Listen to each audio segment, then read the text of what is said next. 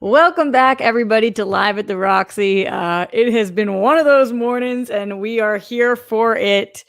My guest today is somebody that you guys see right now, but I will say, of all of the people in Hollywood who have tried to take credit for my career, he never once has taken ownership over what he has done for me. And that was really kickstart the entire broadcasting career that I have.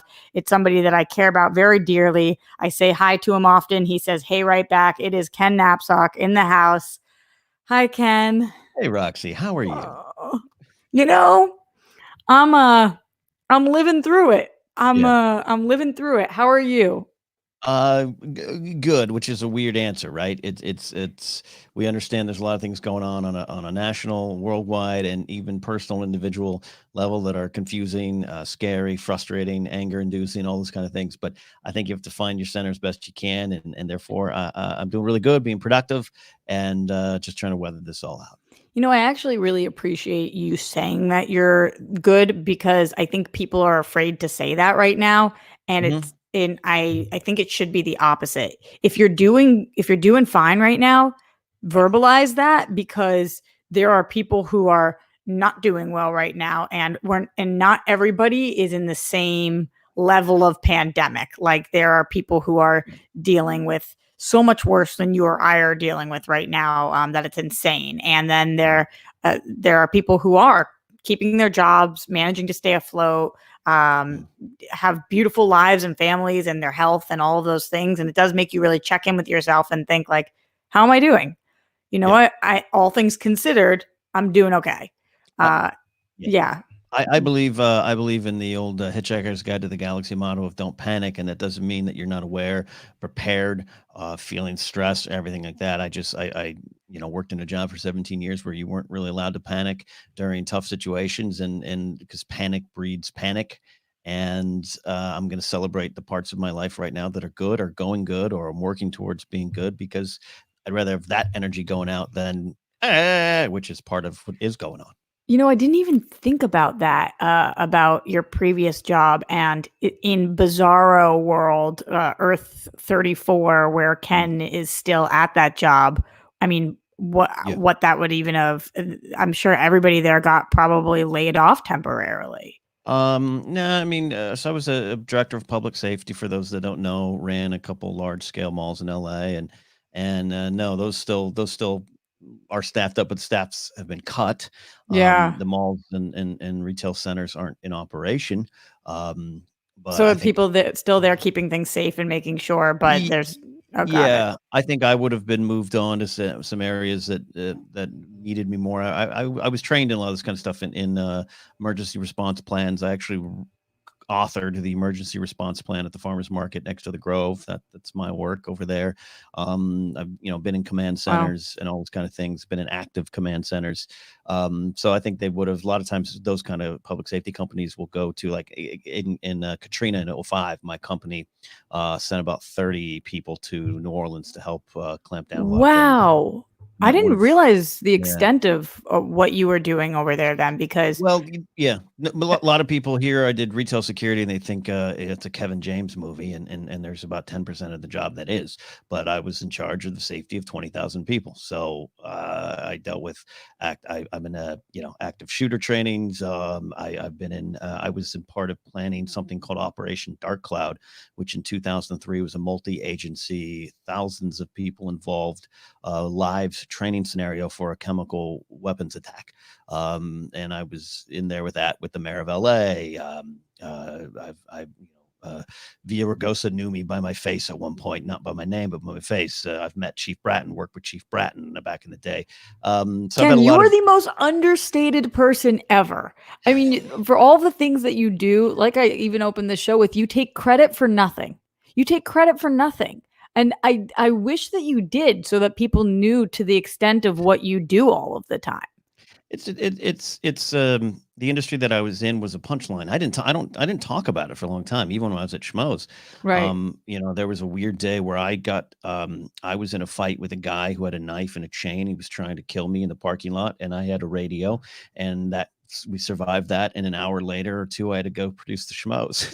Like I just didn't talk about that stuff because no one wants to hear that. They all want to hear that it's a joke industry, that it's a Kevin James movie. People say, "Oh, what do you deal with shoplifting?" I used to deal with organized retail crime, which is often South American gangs coming up here to organize $13,000 to $20,000 worth of theft, which is one of the reasons you pay high amounts of money. I one day we arrested someone, pulled 13,000 bags of dollars of clothing out of their car. Like that's the kind of stuff that I dealt with, as well as let's help an old lady to her car.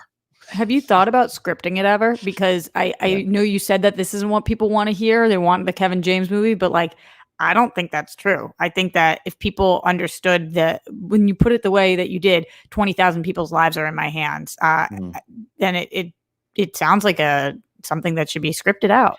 I've thought, I don't know. I thought about there was an animated show I was working on years ago with a friend that was more comedy. Because believe me, trust me, there's some weird people. It's an underpaid industry. Often security professionals are paid less than housekeeping, and housekeeping people, by the way, work their asses off and Right. deserve it. But I mean, if you treat the industry bad, you're going to get bad hires. And believe me, I had a lot of bad people I had to hire. But like, don't forget, going back to 9/11, the first people were the security personnel of that building, the security director, all those kind of people. That was me. I was the first on bomb threats. I've had to evacuate them all in 2 seconds. A decision I've had to make because we're the front line before LAPD Devonshire, LAFD station, House 70, 71, and all those guys would come over. We were the first there, and we're paid at the time $7 an hour. So Yeah. it shouldn't be treated that way. You go to Israel malls, a little different. Was that Treated. minimum wage at the time, or was that? Yeah.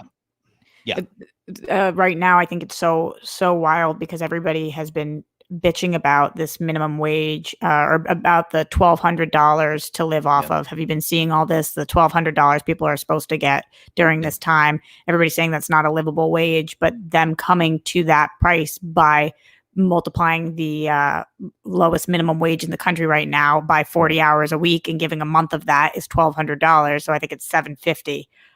And all the people saying that have been voting against this for so long, saying minimum wage is fine, now having to live off of minimum wage and knowing that it's not a livable wage. So and then especially doing what you were doing, which is such an extreme job where it does matter so much. It's crazy to think that that's, I mean, because especially here, what do you do with $7 an hour? You can't. Yeah, I saw that today. I saw this morning, and yeah, there's no easy answer to me. I'm a capitalist at heart. Believe in that. Believe in you should want to promote out. But like my old job, I didn't get a raise for 5 years. I couldn't survive. Couldn't chase my other dreams, my creative dreams as well. But so I believe also rules put in place to protect the employees, and so the big companies have to start cutting back on hours, have to start cutting out on medical, which is horrible, but also they wouldn't survive. So I don't know. But now we're all taking stock of what we need to live and who's more essential. That word essential. Right now. So we're all hopefully looking a little deeper. I hope so too. I think that the essential word, it keeps coming up. What jobs are essential? Hearing that when I think it was either Garcetti or somebody who made the list of full essential jobs, and knowing that podcasting is on par with the people that are getting us the services we need right now. As a podcaster, I was like, okay, thank you. And it is important, obviously, to bring the news and to talk about what's going on. But people like have to eat to live. You got to eat. So I would call them essential. But if we're going to be essential, Ken, while we're here, we might as well be essential together. Yeah, let's be essential together. I wouldn't call my. Go ahead. And by the way, I know I'm pixelated again. I've had some massive internet problems. You've had some massive nerve, and being patient. As long as you can hear me, you don't really need to see my face. It's not that great, but Here's the best part about what you just did. For some reason, you know me, I'm the most upfront, honest. When anything is like, people used to make fun of me in improv class because, if you drop a pen, I'd pick it up and be like, I just dropped this pen. Here it is now in my hand. Like, I can't ignore anything going on. But for some reason, I was like, if I don't call out the fact that he's pixelated, nobody else will see the pixelated image. It will all be fine. But yeah, Ken has like 15 different internet selections, and none of them right now are working in peak condition. But luckily, we can hear you. So we'll just move forward. Okay. And I do want to get to some of these in the super chat. Larry Lease said $2 for Carlos PU. Carlos is somebody who came in my stream, Ken, and just keeps trying to write pussy over and over again. And honestly, we kicked him out, but I kind of miss him, regretting a little bit asking him to leave. So, we're just missing Carlos over here. Larry also says, love you, Roxy. Just lost my income until June. That sucks, Larry. That's so brutal. I mean, the only positive that I can think of right now is that a lot of us are in this together. A lot of us are losing jobs right now. And it is really challenging time, but it's not going to be like this forever. It just won't. So sorry to hear that, though, Larry. Far as Muthana says, dope people talking about dope stuff. Ken, do you think we're dope?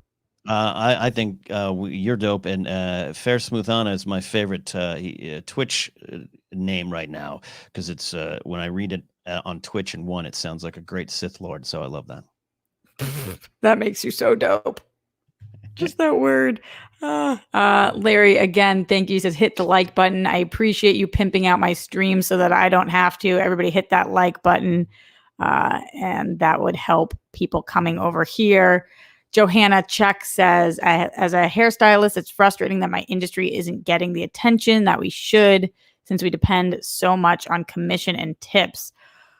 Man, I hurt for you guys. I think about it all the time. Right now, everybody's thinking about their hairdressers too, because are you seeing all of the celebrities, Ken, that are cutting their own hair and doing their own trying to do their spouse's hair right now? Yeah. I saw some tweets about that this morning. Grace is not going to let me cut her hair. I've been this beanie staying on to the end of time for me right now. So yeah, it's but that's the thing is all those type of industries, it's not that they're just going to go away. Our ecosystem, our business ecosystem is just so dependent on day-to-day operations, so that's the hit. I feel sorry for that person who's struggling right now in your chat. And a lot of us are. Did you think about, Ken, for a second, growing it out, as I did the images of us throughout the last 8 years of our friendship? Yeah. You had some ponytail life in there. Were you thinking, all right, maybe this is the time? Yeah, no, definitely not. I barely have enough hair left to do anything. It's gone. It went a long time ago. That ponytail was, I got the Screen Junkies job, and it was like, you know what? I had to, at the job for 17 years, I couldn't really have facial hair or grow my hair long. So I but when I was a rock radio DJ, I had hair down to my belt and a big, George Harrison in 1970 beard. So I was like, let me do it one more time. And I it was fun. I don't think I'll do that again, I think that it's worth giving it one more shot. One more shot at the long hair. Might not have a choice right now. Oh, that's true. I luckily, the week before everything went down, I hadn't seen my amazing hairdresser Bree in a long time, and I went to go see her. So right now, I've still got all my highlights in. Everything's looking good. I'm feeling good. But talk to me in another month after we do this. It's not going to be a pretty situation. Right. Although I could always try to go brunette again. I had the darkest hair. I didn't even remember how dark my hair was before I was looking at those pictures. You have done quite a journey. Okay, let's go in. Quite a journey on the hair. On that. Yes, on that that thing. Is true. We all forget that. As did I. I've a lot That's of a nice hair. way of putting it, Ken. That it's I don't know if you had a worse look or I have. I think we both went through phases. I mean, I didn't grow that hair out for style. I just did it for myself. So that's why I used to love that Nick Mundy bit where they'd spin me in a chair and make fun of it. I thought it was great because it should have been made fun of, but it was just for me. Wait, what did they used to do? I don't remember that. On Monday's show, they used to do the thing where they would on Monday Night Raw, they'd spin me around in a chair, and Nick and his guests would just slowly lob insults on me live. It was real fun. I approved it. I loved the bit, but people thought it was too harsh or something. But I thought it was funny because it was bad hair. It was very bad hair. I forgot about that show. Oh, those were days. I don't Yep. even know what kind of days to call them. I miss Monday though. I got to talk to him soon. Monday's great, man. Monday's great. I just worked on a project with him, and Oh, good. we talk. Yeah, yeah. Good. Speaking of the hair, Johanna Check says, show your roots, give the stylist some work. Yeah. It would be a lot of work once these roots get going. They are certainly dark. I want to move over to the Patreon though, Ken, because we had some questions for you. Anybody who's a $10 patron and up gets to ask our guests questions. So if you want to do that, go to patreon.com/Roxy Stryer. In here, I know you knew you were going to get some Star Wars questions because if Ken Napzok's coming on the show, certainly. Sure. That shirt is so cool. Yeah, great. It was designed by Kyle Harlow, one of my supporters. And it was actually because I do a show called Inside Why We Love Star Wars from my Patreon page to just go through my writing process of what I went through with the book. But yeah, get this on TeePublic. I think I might. Go to TeePublic to get that shirt.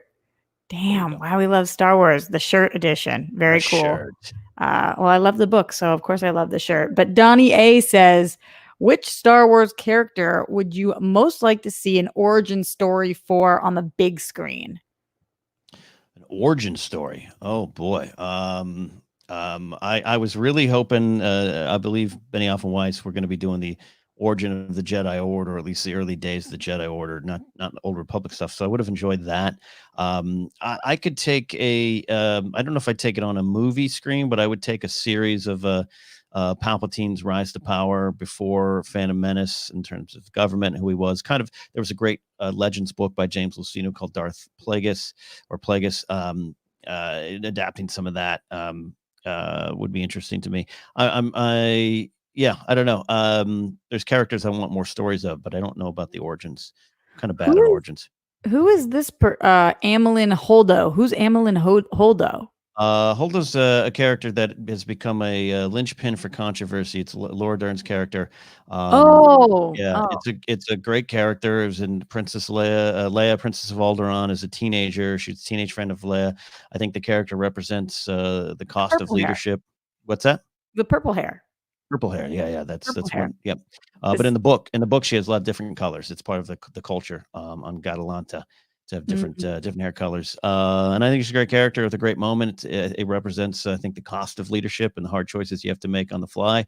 And sometimes they're great. Sometimes you have to go down with the ship. And I think that's what her character represented. But it just became people don't get the character, and I loved her character. Clearly, I knew her name so well, so that's how much that worked for me. But I thought that she did a great job, and I thought that was like you're talking about going down with the ship. I'm surprised I didn't even realize there was controversy around that. Yeah. Okay. Oh, a big part. I won't even look at comments over it. Like bar in that spot, which would have been just silly, and wouldn't have worked. But it is what it is. All right. Let's go with another one. Another Star Wars question coming from Lawrence Lease, who says, what Star Wars character or group of characters do you like the most? I actually have your book on my site as the book of the month. Love the book. Makes me love Star Wars even more. That's so cool, Lawrence Lease. Whoa.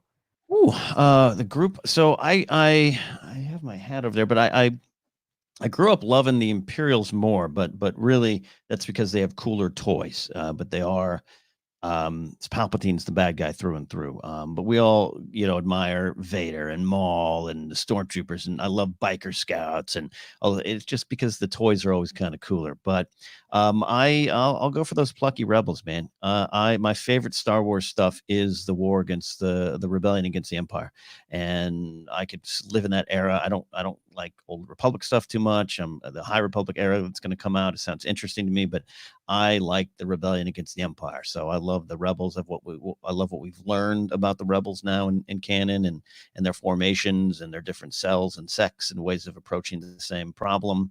So I'll go with the rebels, man. I think that every answer you give, I have to record and memorize so that someday I can try to sound really smart when talking about Star Wars. No, Wishful no, thinking. no. Garth Harkness McMurray says, Hey, Garth. whenever things get back to normal and Schmodown live events start up again, could you please do a new Daddy Don't Slap Me video? I love those videos so much. I am totally with Garth. When is the next one coming? No more. No more. No more. Why? What happened? No, it was from another era and another time in that when I played for that band.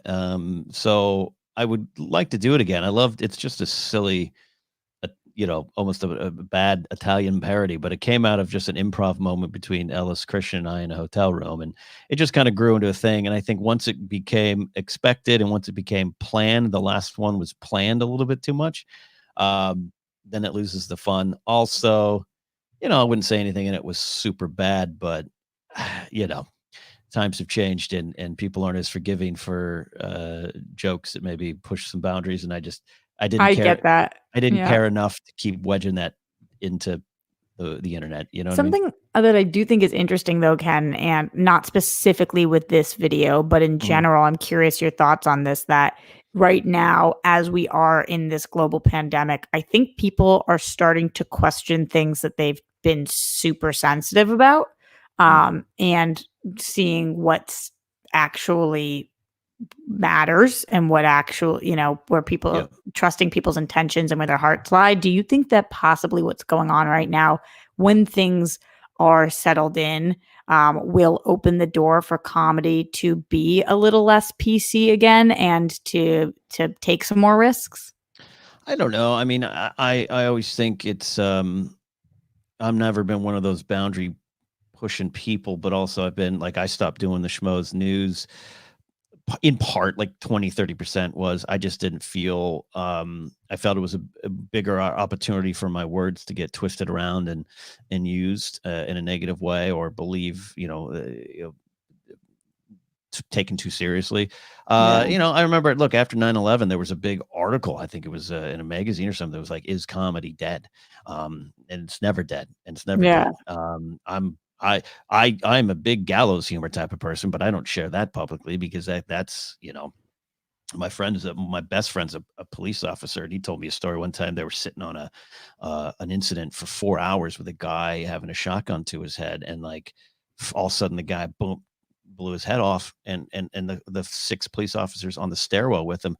The only thing that they could do was laugh because otherwise they were just going to go crazy. Yeah. What are you going And to do? what are you going to do? And my friend turned around and everyone was like, "So lunchtime," and like that you have to do that because that's all you can process in those situations. Otherwise, you're going to go crazy. So I Yeah. think a lot of us are going through that too. So it'll you know it'll even out.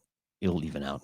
I agree with this sentiment, but it's a good time to say it that Pit Boss, you rock. Thank you, damn 5271. You do indeed Pit rock. boss, you rock.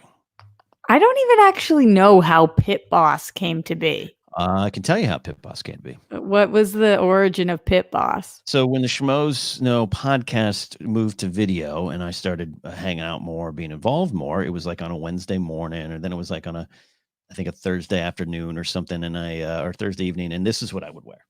I would wear those stupid, you know, shirts that were like a Star Wars character mixed with a Ghostbuster. Isn't that funny? Like it was a weird phase where we all just had 59 of those T-shirts.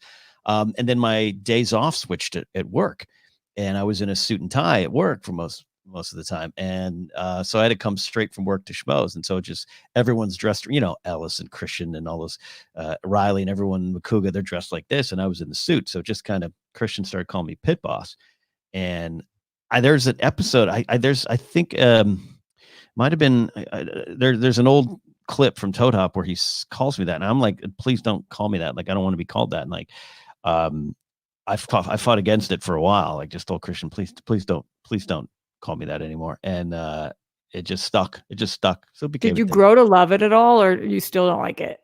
No, I grew to accept it, and like it was my Twitter header for a while. It just I just don't want to be put into that kind of box for too long. Like if someone calls me that out and about, I'll get noticed or something like that. Pit boss, like that's awesome. That's Yeah, awesome. that's cool.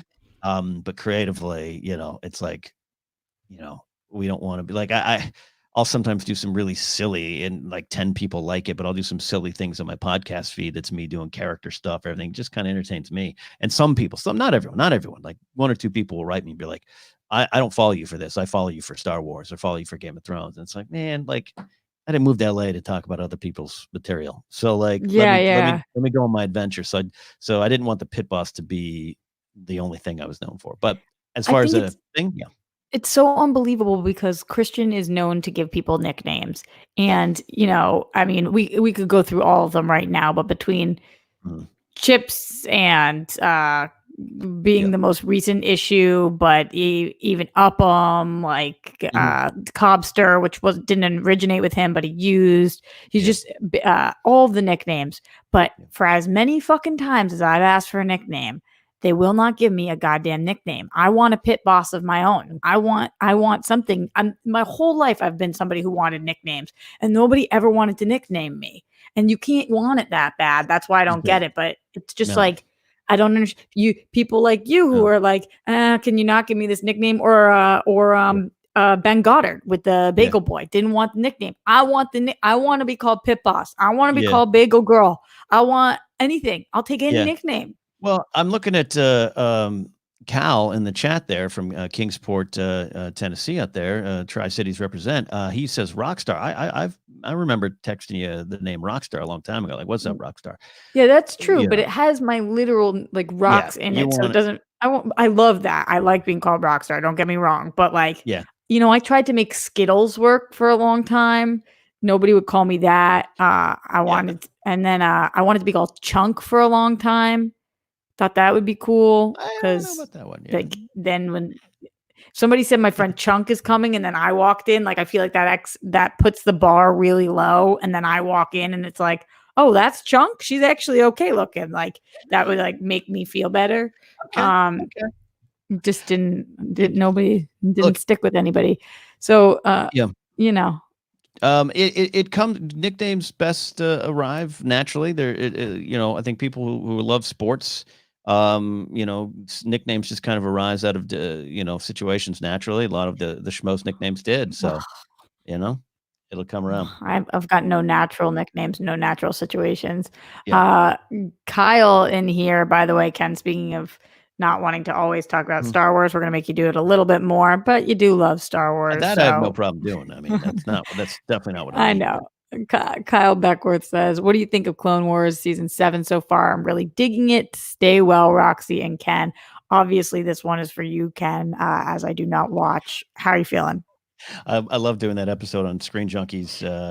The day of my car accident, by the way. But yeah, you did a Still great can't job. freaking believe it. I mean, Yeah. that was like 10 minutes later. Insane. I Yeah, haven't and even I don't even yeah. know what's going on now. Is everything all set or I mean, I lost the car, the rest in peace, right? the 2004 Camry, everything's fine, yeah. I'll tell you what, I'm a spiritual man, I believe God works in mysterious ways. The payout I got for that car, which wasn't a lot, it was a 2004 Camry, is what I'm living off of right now. Wow. I was fortunate enough to, have a friend who, sold me his car for $1. It's my brother, the police officer guy I was talking about, I've known for 20 years, and, No way. he had an old 2002 Mustang he was about to get rid of, so he sold it to me, and that check, again, just getting me through a month or 2, but, you never know. You never know, the bad thing you go in now might be the thing that's helping you later, you just don't know. It is And it also always could be the bad thing. the best. You have the best ways of looking at life, and I agree with Mm, that. But at the time, I just remember I was so freaked out by that for you. But you're right. oh, Now yeah. that you're living off of it, You and Emma Fife would have been the last 2 people to see me. don't say shit like that. Oh my god. Then it would what would I have done? Bye, Ken. Bye, Rob. Hey. Yeah. Speaking of dark humor, oh boy. So yes, as much as I do know about Oh, Clone yeah. Wars, because we know Sorry. that I know a ton about it from that episode of Screen Junkies. Yeah. In short, to answer the question without spoiling it for people who haven't yet watched it, I know in the UK it might be rolling out a little later. I'm really loving season 7. A lot of it was stuff that was already out there in another form, animatic form or concept art. So to finally get to see it realized, it looks beautiful. I think there's powerful lessons in it. I think all the stuff with Ahsoka Tano helps just really kind of shine a light back onto what it means to be a Jedi, what it actually means to be a Jedi, and is furthering her story of personal growth. And then you're seeing things. I'm obsessed with how Star Wars digs into stuff now, and you see the effects. It's one of the reasons I love the movie Solo, because the movie Solo is a lot of ways about the oppression of the Empire on the ground level and what that actually means. And it goes beyond military, destroys industry, destroys family structure, destroys people, destroys lives. And that's how the oppression of the galaxy worked, and how the rise, Infus Nest represents a new face of the rebellion, which is different people rising up to try to take this down. The rebellion just ended up going towards a more military kind of style. I'm obsessed with that kind of stuff. I'm obsessed with Star Wars, just really getting down to the base level things, and that's what's going on in the new season of Clone Wars with the stuff with Ahsoka. You're going down and seeing the people actually affected by the war and what that means and what Jedi's role is in that is, and so it's deep stuff wrapped up in a fun, entertaining animated program. God, I told you I have to write this down and memorize what you're saying, but that was like every answer you give makes me, a casual Star Wars fan, love Star Wars even more. And I wish that I was watching Clone Wars, because from the way that you and Emma really like dive deep into it and describe it, Mm, Eric as well, it just mm. sounds like there's so many themes that are It's beautiful, and it's like the best yeah. of Star Wars at times. It is the biggest misunderstanding of the prequels, and the prequels have their problems, and I don't want anyone to think I don't recognize that. But I call myself a prequelist. We do that in Force Center because George was telling a different side of the story, and finally in the Clone Wars, he got to kind of shake off the limitations of a 2-hour movie and really dive into the story. And Filoni picks up where he not even left off. George was involved in the Clone Wars all the way through, and a lot of the bigger stories came from George Lucas, and it's about the themes. The big thing I've been going on lately, and we say it on Force Center. So if you use it out there, you owe me $1. But no, Star Wars is not about the how and the what. Star Wars wants you to ask why. It's about themes, and I think far too many people watch these movies now obsessed with canon checklists. Well, how did that happen? What was that about? They Star Wars is only about why. It's about why. The themes, the connections to your heart, your soul, your growth, what to do in life. And every action Star Wars has a why, and people need to plug into that. And Clone Wars has just a ton of great why. And it's a great content. It's also got some really silly stuff. It's got some kid stuff. It's got a character that's a frog, Meeber Gascon, voiced by the great Stephen Stanton. It's got a lot of weird things, but it's also got a lot of beautiful things and deep things. I think I'm a prequelist too, Ken. As you know, where my heart lies with my boy. We are coming up on what is it, the 15th 15. year? Yeah, I mean, Yeah. come on. I'll, That's I'll, It's time for Hayden to get the love he deserves. Am I I'll, right, people? Am I I'll right? I'll tell you what. I'll tell you what. You and Sarah Stratton were on that episode of Jedi Alliance, Mhm.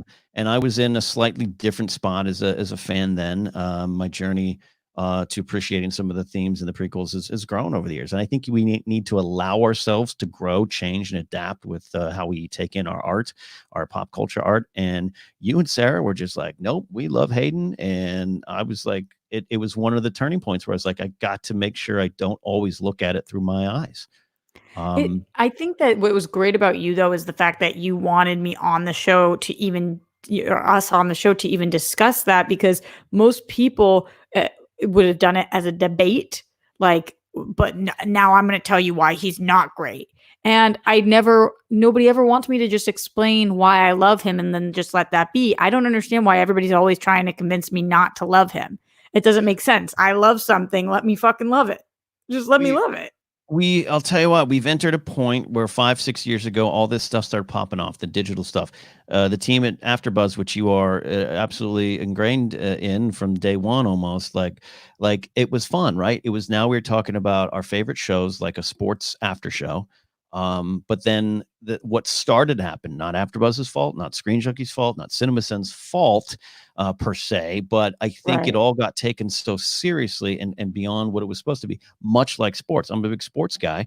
I stopped watching post-game shows and pre-game shows. I just want to watch the game. I just want to watch the facts. I just want to be entertained by what's on the screen in front of me and have an appreciation and a passion for it. Movies started becoming like that too. Look, there's some movies that I would just say, yeah, they're bad, but you have to be able to the thing that we talk about in Force Center that came from Joseph Scrimshaw's mind is engage with the story presented to you and connect with what the creators are trying to tell you there. Keep asking that why. And so what ends up happening with shows like a show that I produced for years, Movie Fights, the show we worked on, TV Fights, were always intended to be fun. Were always intended to be just a side effect of being a movie fan. Because who hasn't sat in a bar and been like, I like Raiders of the Lost Ark. Oh, I like Temple of Doom. That's fun. That's supposed to be Yeah. fun. But then it became sport. It became real. And even while we were producing Movie Fights, a lot of the people involved with it did not like it anymore. They were starting to sour on it because it was like, we see that we're turning film discourse into a contest. I remember Everyone it. feels we need to have, oh, you win that round. You win that round. I'm right. I'm right. I'm right. And it went away from just a fun conversation.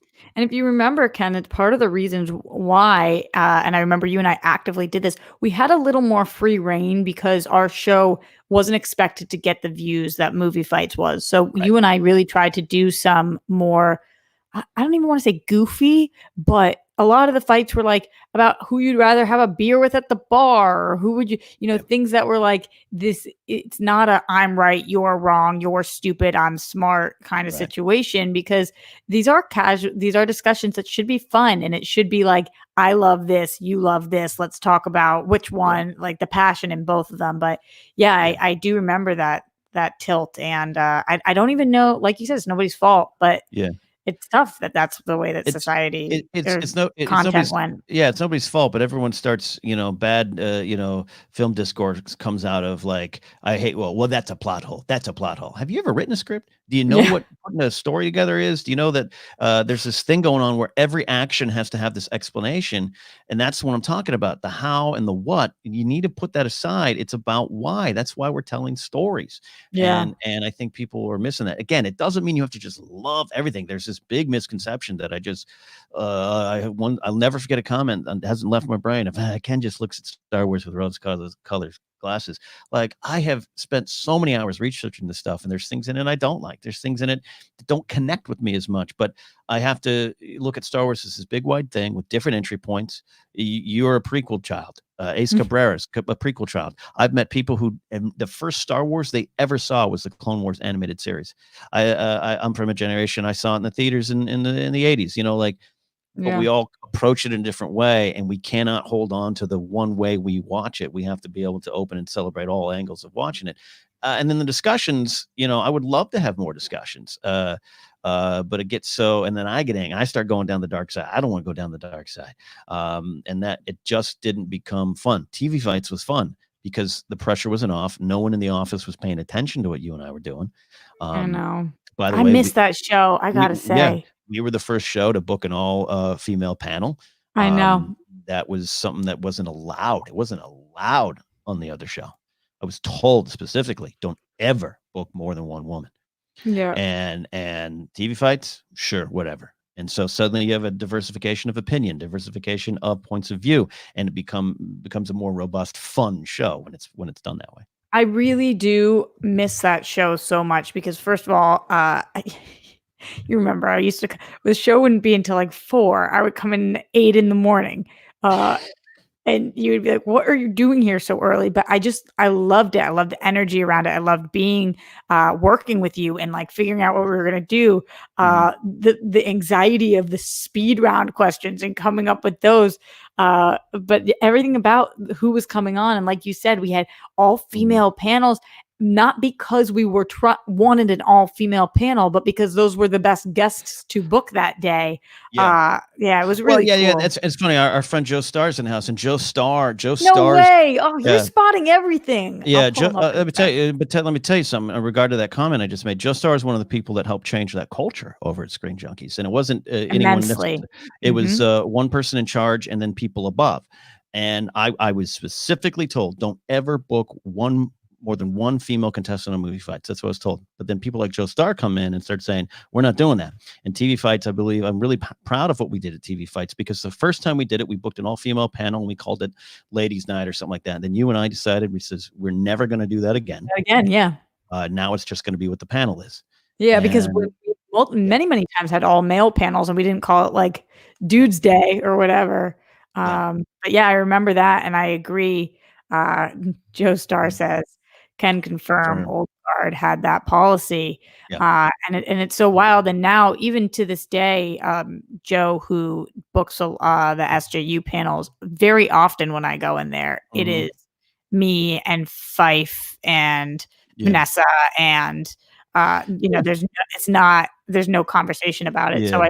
I love the way You that have they have changed with you time. have to yeah, you have to be aware and put the right people, the talented people in place, but also give shots to those who need to learn and all those kind of wonderful things. It's sometimes sometimes there's just availability issues.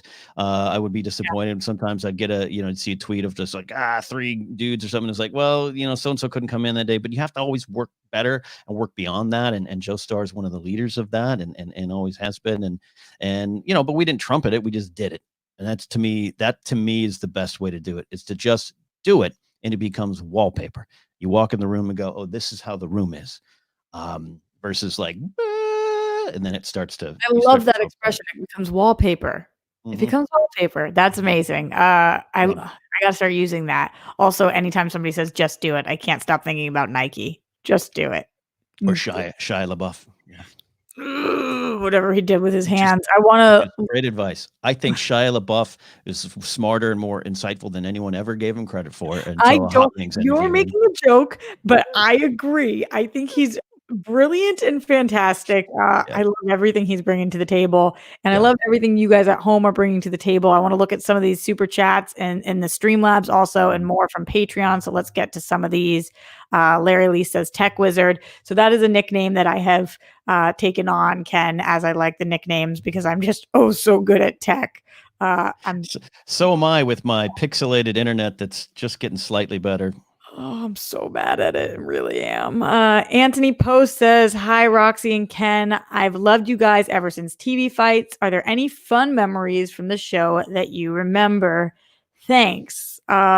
We just talked about a couple of them, but other fun memories. What do you think, Ken? I mean, I'll tell you what. I'll tell you, there's nothing. I'm so bad at specific stuff, and that doesn't mean I don't have them. I have a lot of laughter, a lot of moments. I remember the first show. I remember the test show. I remember Yeah. things we're proud of. Everything, Hi Ken, Hey Roxy was natural. We didn't plan that; it just came to be. I had a Yeah. lot of fun on the couch. It was my first exposure. I think the things we did with the show, getting the comments, the live viewer comments, more involved in the show. We were allowed to do that more, and create a community around that show, which helped build the community around the other things. The panel, the way we brought a panel, but beyond just even bringing more women on the show, I really believe TV fights was the first, what I'll call it's a retail term, but first to market for a lot of panelists. Meaning a lot of their debuts was there. a lot of debuts came on TV fights, including Billy Patterson, who got a job. Tony Kim comes to mind. Joseph Scrimshaw I brought in. A lot of those kind of people. Audrey Kearns and a lot of names. And again, the pressure wasn't on us, and this isn't a complete flinging of mud back across movie fights, because it was the bigger show, and you had fans wanting certain people on there, and believe me, we would try, and Joe Starr and Chad, if he's still there, will attest to this. You would try to bring in someone new to movie fights, and not pointing fingers, but like the fans would reject them. Yes. They were horrible. They were horrible. Never get them on again. And like, we wouldn't necessarily listen to that, but it was like the person wouldn't want to come back. Yeah, A and person to be like, "I'm good, thank you." started using TV fights as a testing ground almost to see like how are people responding to this person. And after people would come on TV fights a few times, sometimes they would make it into like the big leagues and go there and had built up a Mm, little bit of track record and had a fan following from TV fights. So yep. yeah, I completely agree with everything you're saying. I know for me, one of the personal accomplishments I felt like when people were happy with me, I like making people happy. And I remember getting Matt Lieberman on the show and what a Mhm. big deal that was because Screen Junkies had been trying to get him on anything. And at that point, you know, he wasn't doing as much hosting stuff and he like was doing his own thing. And I happened to be really good friends with him from the AfterBuzz Yeah, days. So we got him on and then we ran when we ran that championship and the belt and yeah. everything. I mean, that was so much fun. Mhm. And oh god, I loved that show. I loved that show. I Yeah. still hold out hope that there's a Hi Ken, Hey Roxy TV fights somewhere, some way, Somewhere. future comeback of something. Don't you guys hold out hope Yeah. for that. I'm just letting you know what I hold out hope for. Before I dig myself into that too far, let's get to Henry who says, Ken, would you shave your head? I think you would look dope. So much dopeness today. What Yeah, do you think? I don't yeah, I don't have I have I'm have so little hair left that I should shave, right? I don't have a great head under there, so I'm holding on until I can afford some Jeremy Piven hair plugs or some Bono hair plugs because I don't have a pretty head. So that's the reason why. I also have a big head. Every hat I baseball hat I own is the largest available size. So I don't know if I shave my head, I might just look like some kind of supervillain from you know, some kind of animated program. So What are um you talking I'm about? holding off. I'm holding off. That is you have a great head. I have a weird indent in the back of my head. If I ever have to shave it, it's not going to be pretty. Yeah, The, see, I have a bump back there, and it just you know, like back when I worked a security job, I had a very like close to buzzed haircut, and for a long time.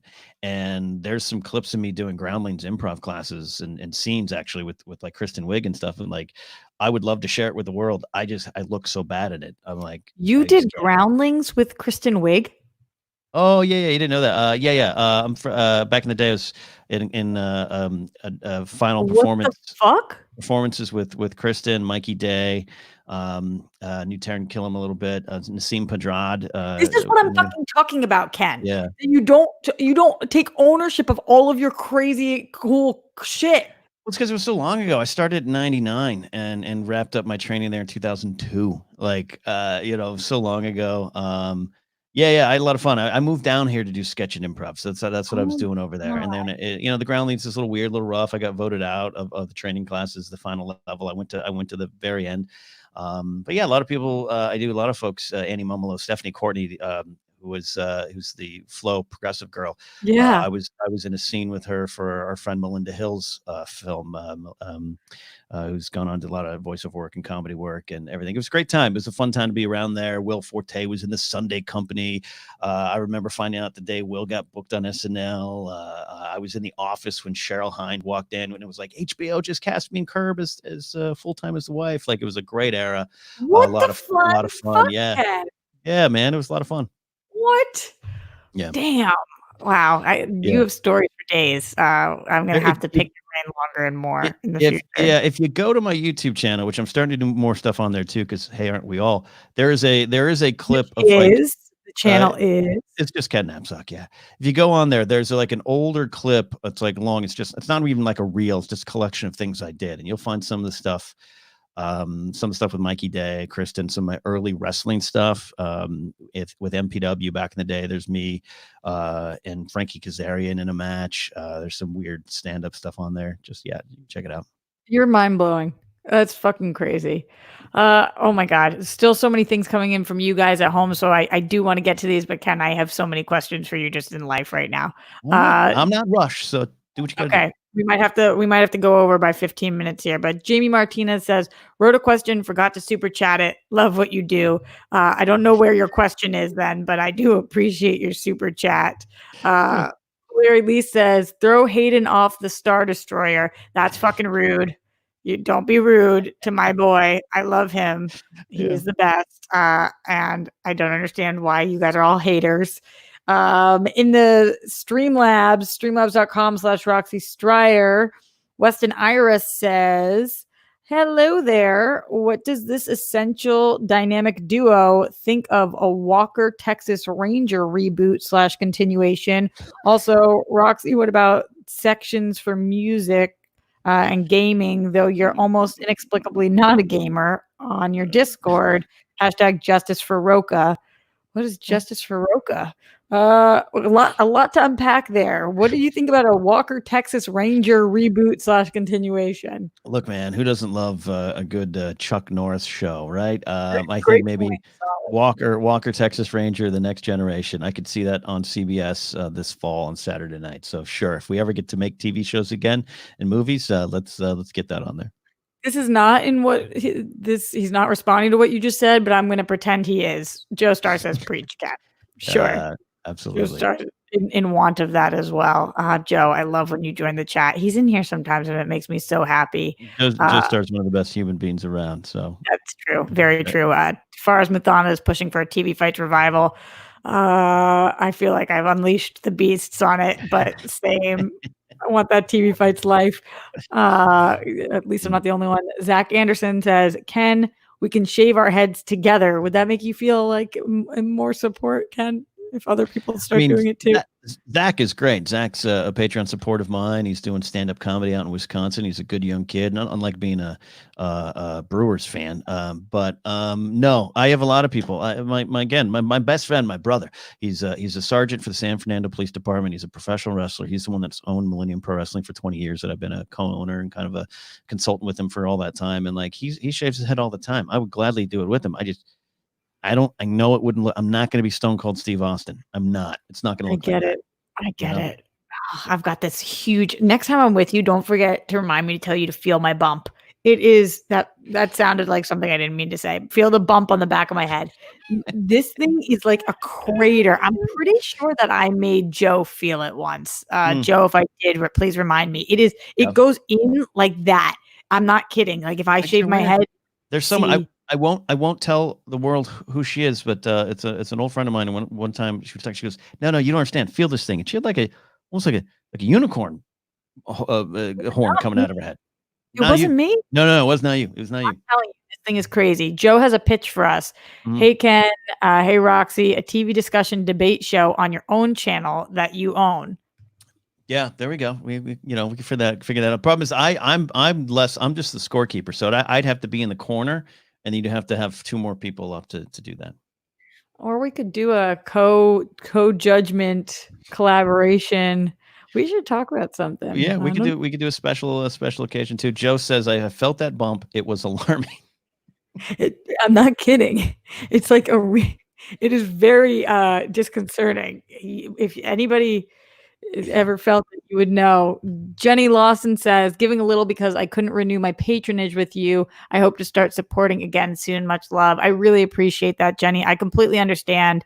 Nobody feel bad for anything they have to do during this time to survive. We're all trying to do it. And I appreciate you supporting me here. Mm-hmm. And I will say thank you to you guys at home, because on the first of the month, I was expecting to lose a bunch of patronage, and I actually gained 15 new patrons on the first of the month. Right. So that's just such a shout out to the Rockstars band. You guys are fucking incredible. And in this time of crisis for a lot of us, myself included, and Ken, I'm sure you too right now, finances are really, really tough. So you guys have to do what you have to do. But thank you to my new patrons, and to all of my people who have ever been patrons, and anybody who's in here right now supporting. I freaking love you guys and would not be able to be here without you.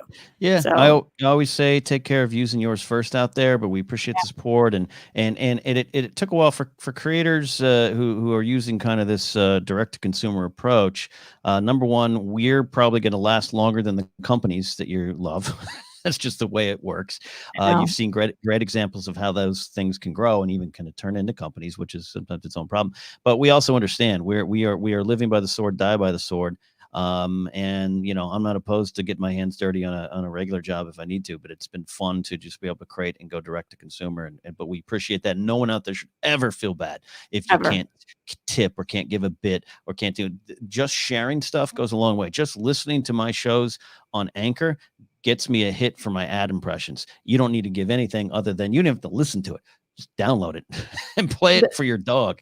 That's all you I've need. got to start Those are the doing that. things you can do. I need to start doing the podcast thing, because Ken, does all your stuff go up on podcast as well? Everything you do? I'm audio first, much to people's chagrins. Like I've seen people here that, we've been doing a little bit more on Force Center's YouTube channel, and we'll be doing a lot more. We have a cool thing. My in memoriams are coming back, edited by Kevin Smets. And I really, those are some of my favorite things I've ever done. But we get 500 people watching them, but we're not doing it for the views. But I'm an audio first guy. Started in radio, man. In fact, That's your thing. after I do this, I have to record my radio shift for my radio show I do at WLDJ in Newcastle, Pennsylvania. So You do audio so first. many things. Yeah, I'm back on the air. I'm back on the air. I'm the Saturday morning DJ. I don't do much. It's just kind of W107.5 FM playing the greatest hits of all time. I just do that stuff over and over for 4 hours. But back on the radio. That's dope. I love that. Yeah, Oh, but Ken, yeah, it's a good time. your We're all success figuring feels it out. like anytime that I see you killing it, I feel like I'm killing it. Although that's not what's actually going on, I'm just happy for you. We're all in this together. I know.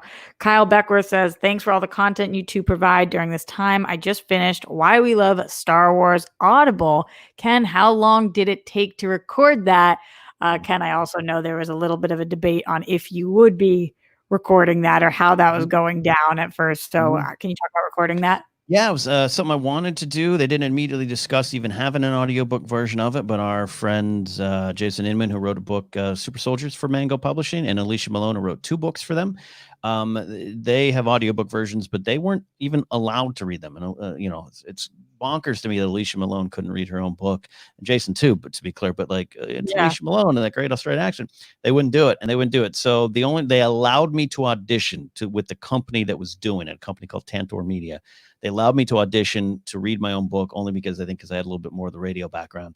I don't have a great voice, but I just have experience kind of doing it. Right. And you do have a great voice. It ended up working. It finally, finally happened. And then the process was supposed to be 5 days in studio over at this really cool historic place called Radio Ranch on Ventura Boulevard, where a lot of famous radio plays and stuff are done. So I got to go there, big studio, best mics I've ever worked on in it. And it was supposed to be 5 days because they just assumed I'm an author who's never done it. And halfway through the first day, the engineer comes in and was like, dude, we're going to wrap up early. Do you want to skip lunch breaks every day so we can just get out of here a couple hours early? I was like, yeah, let's do that. So it was about 3.5 solid days of recording in studio for about 6 to 8 hours a day.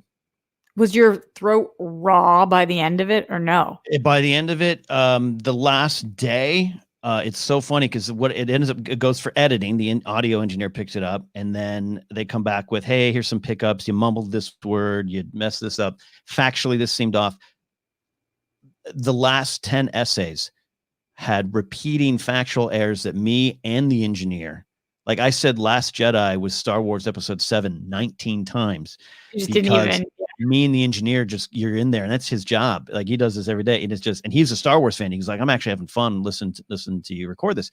We're so exhausted. It's not backbreaking work. No one's complaining, but it's a mental grind. And by the end of it, it was like, I'd be like, Fluke Skoobooker, and like, that sounded great. I'd be like, great. And so but it was long. It was a lot of fun, and it took, and I'm not more proud, but I encourage people to try the audiobook if they have the hard copy or don't have the hard copy, because I was able to go back, correct some things. There's some a weird mistake or two got through. The copy editing process was a little rough, not on my end, on the company. I just was unhappy with some of the stuff that got in there. I write really weird. I write like a speech writer. I don't write like George R. R. Martin or anything. I write as if it's meant to be read instead of for me to get the chance to read it. I think the book has new life as an audio book. It's a little different. And I would, like I said, was able to correct, like there's this one particular error that slipped through my brain. What is it? I misnamed a Star Destroyer. But I knew it. I 100% know the Star Destroyer. in the process of writing, put the wrong one down and never saw There it. you. And the copy editors aren't. They're like, I don't know, this looks good to me. And Yeah. and that just stuck with me. It kept me up at night when that book I got the book published, and I opened it up and I was like, you got to get out of here. I can't believe I messed up. So That's yeah, the worst feeling, but it truly didn't matter. But it is still yeah. just such a freaking annoying feeling. But anyway, that's the process. Probably boring story, but yeah, that's what it No, was. I asked you for it because I remember people probably don't know that you have to audition to do at least you were given the chance to audition to do your Yeah, own as opposed to just not being allowed to do it. So I yeah, actually think it's a really interesting story. But I do want to go back into the Streamlabs because Glenn Caesar says, hi, Ken. Hey, Roxy. Happy Thursday to you both. TV Fights reunion. Dope. I wish you could bring that back somehow. Any recent TV shows, Veep, Mad Men, sports events, MLB, NBA, NFL, etc., or comedy specials you're rewatching? Love you both. Hashtag Rockstars Band. Hashtag Kylo Ken. What are yeah. you watching? What you looking at? I just finished Curb Your Enthusiasm season 10, which was one of my favorite seasons. So The best now I'm going. seasons. Yeah, I'm now going back and watching it all again. Grace had never seen it, so we're going through some of that, and she's having a great time because she's like, "Wow, you're like Larry David." So we'll see where that goes. Loving that. She's sort of like Larry David. Yeah, yeah. I mean, yeah, it tracks. Yeah, it works a little bit. Unfortunately, Really? unfortunately. Trying to think how. I'm a grumpy curmudgeon. Who's stubborn. Yeah, and then other than that, I mean, Grace and I are one of our favorite shows. I don't know if Joe Starr's still in the chat, but he and his wife Torlin, who is a real person, by the way. I know they all think she's fake. Yeah, They've said it a bajillion times. we love watching Ghost Adventures, which is that show with Zach Baggins and everyone, and Aaron Goodwin, and everyone. We just I don't love even that know what that is. it's one of those silly ghost hunter shows that's been on for like 24 seasons. Not 24 Damn. years, but 24 seasons on Yeah. Travel Channel or whatever it is. And we stumbled onto it a year or so ago, and we've just watched every episode. We got a new one tonight. So there's those kind of things. But I like, Joe Starr's there. He says Ghost Adventures. But I'll be honest with you, I don't watch a lot of like Grace watches shows all the time. You want someone to talk about TV, bring Grace on because she watches stuff all the time. I would love Studies to it. have Grace on. Yeah, it's her business. It's what she does, acting and everything. So I watch weird documentaries. And no, I've not watched Tiger King because Grace was already familiar with the story from watching. She's a big true crime of Murderino and all that stuff. So she's like, watch it though, Ken. we might. She's like, I'm so familiar with that story already. I just don't want to. I don't want to watch it yet. We'll get there, but I love watching, like, me and Mark Ellis will text each other about band documentaries, like Eagles documentary. I'm going to watch the ZZ Top documentary. There's waiting to see the Go-Go's documentary. I love that kind of stuff. That's the stuff I watch. Pop culture docs, weird history things. That's and some alien stuff. I'm obsessed. I'm like Dan Aykroyd. I don't necessarily fully believe, but I love a good alien show. Ken has moved into his old man World War II doc. It's so true. I've seen every Ken Burns documentary like 3 times. Like, that's all I want. What I will say, and this is not just a shameless plug, this is true. During this time, I'm trying to watch a lot of stuff that it does not upset me about the world, and something that I really, really have truly enjoyed. And it's awesome, obviously, because we love him. But Eating History has been it's so cool to watch. I love watching Josh kill it there, and I know a lot of you guys are Makuga fans, but it's been really awesome. Just like learning about this stuff and watching Makuga make his facial expressions when people dick on him and having him be it's just freaking awesome. Yeah. So I definitely recommend that. I watched this is I'm Not Okay With This on Netflix. Okay, do you know what that is? I've seen it. Yeah. I don't know. It's another superhero-y type thing, but it was really raw and raunchy and good. Yeah, Grace loved that. I've been watching a lot of stuff. Oh yeah, it was really good. I have to have Grace on to talk TV stuff then for sure. Mm-hmm. But I want to go to more Streamlabs. Lawrence Lee says, Roxy, happy 100th episode of SCN Live. Was today the 100th episode of SCN Live? Whatever. Well, happy to him. Thank you for all you do with SCN. Love the Why We Love Star Wars book. It's actually featured on my site. Oh, so he said the thing about this featured on the site again. Stay healthy and safe. Last Streamlab for a bit. Lawrence, I get it. Thank you for being in here in general. I wonder if it is the 100th episode of SEN Live. It feels like it would be more than that at this point, right? Because No, that seems about right. Yeah, October or so. Yeah, hmm, November 1st, I think he cool. started. Yeah, I don't good know. for. I mean, and good for them, man. I remember when we hit 100 on Collider Live, and Mm. Christian was like, 100? You want to set? Because I was like, what should we do? Should we bring in a cake? And he was like, 100? You want to celebrate 100 episodes? We've been doing this shit for like a couple months. We didn't start celebrating shit on Schmoes until we were doing it for like 7 years. Come That's on. true. And I was like, yeah, that's a very good point. So I'm curious if he celebrated it all, but I like to celebrate all milestones. So Yeah, I miss being that's good. over there. And I texted with Christian yesterday because I was unable to go on. I think you maybe did pop on, Ken, one of the streams in Yeah, I was unable to do it that day because of everything going on with Papo and stuff. But right. uh, I love everything they're still doing. I'm glad the show's doing well. And congrats to SEN for their 100th episode. That's awesome. Paul says, love Ken and Roxy. Putting out the best of themselves in trying times means a lot. Top 5 mustaches in show business. All right, top 5 mustaches in show business. Ken, what do you got? I mean, you have to go with. I'll go with Tom Selleck, Yeah. Sam Elliott. Typical classic. Yep. Yeah, you can't beat those ones. I mean, there's a chance that Elliott takes number one for me, but Selleck, I think is Really? still more. There's still Selleck's still more synonymous with that mustache than Sam Elliott.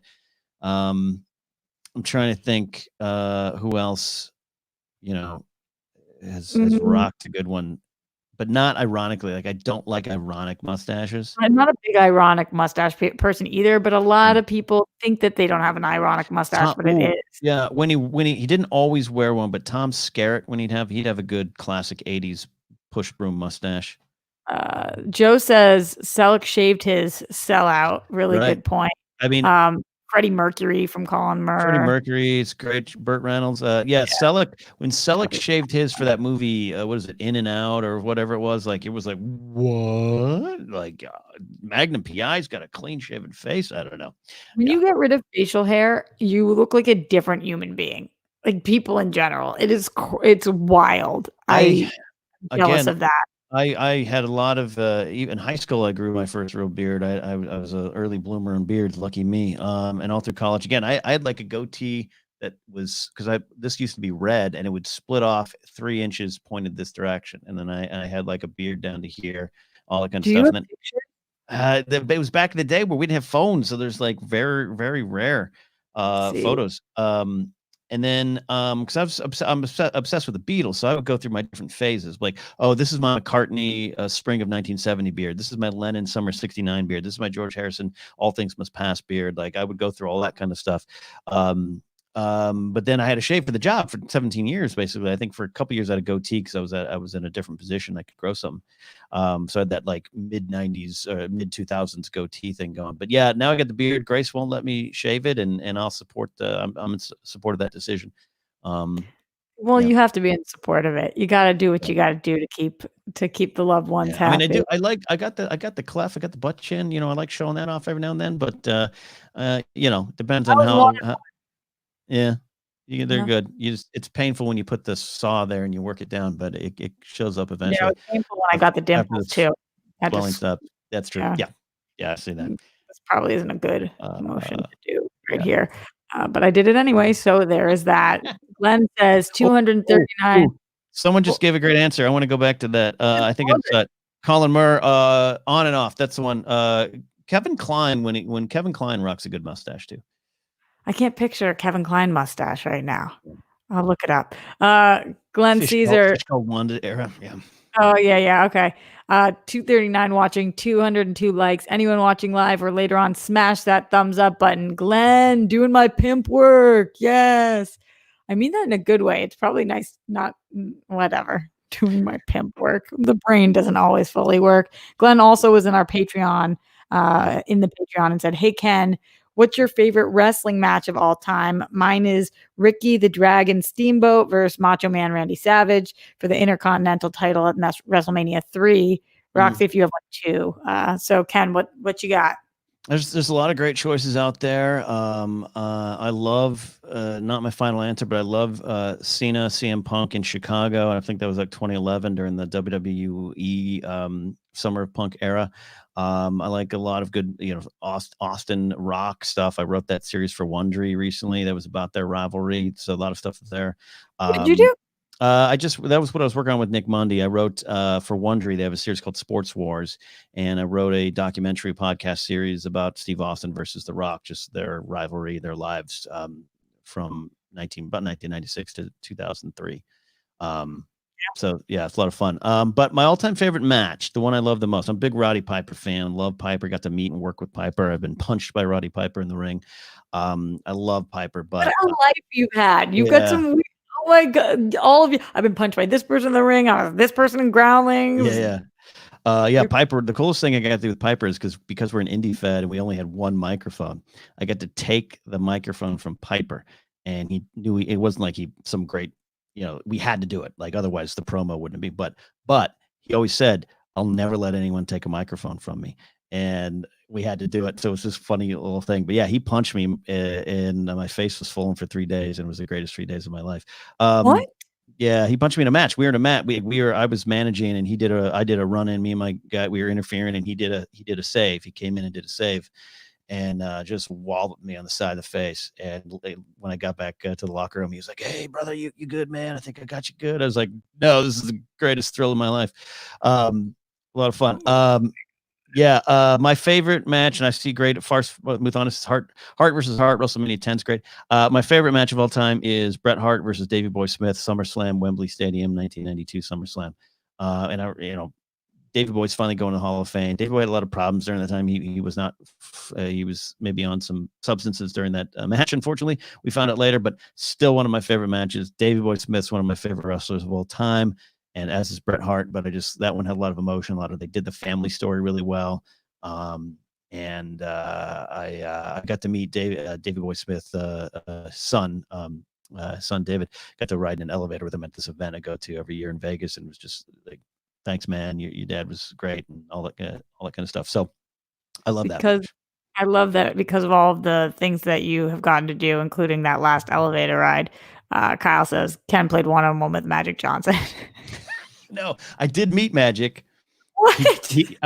So when I was a security director, he came to do a book signing at a Barnes and Noble at the Northridge Fashion Center, and this is a great story. Not about me. It's not about me.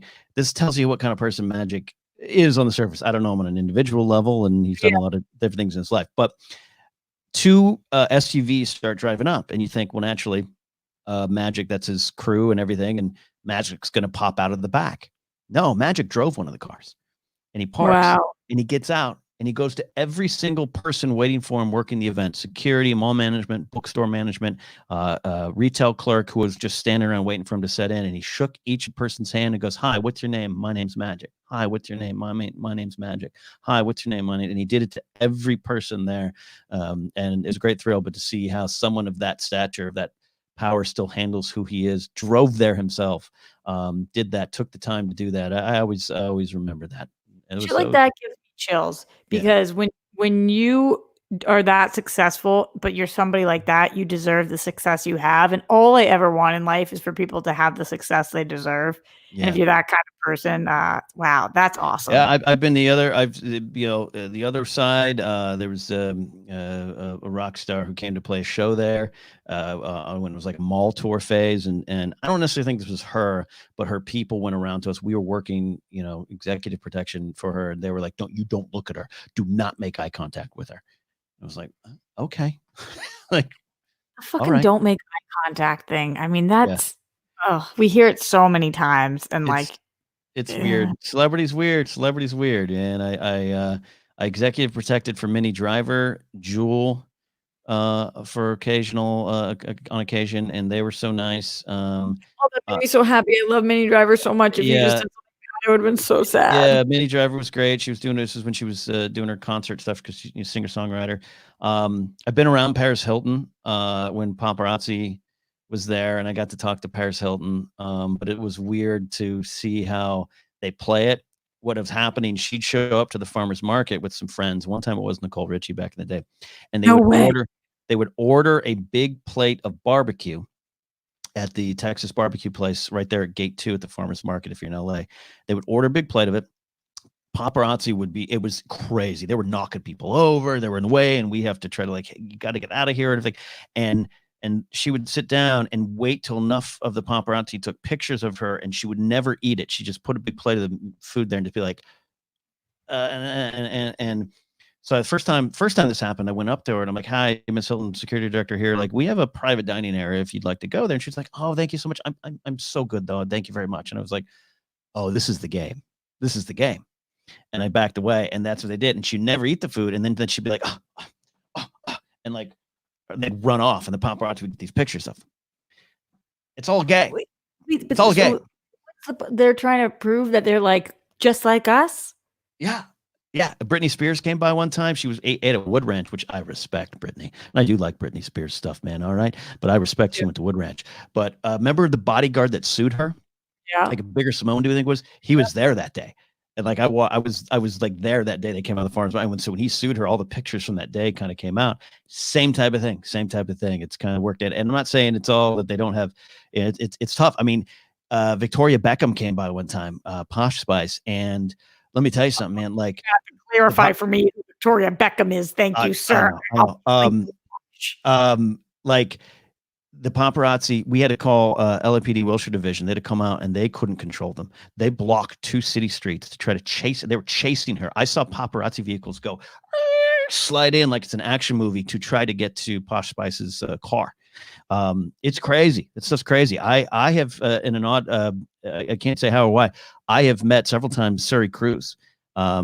She's friends with one of my friend's daughters.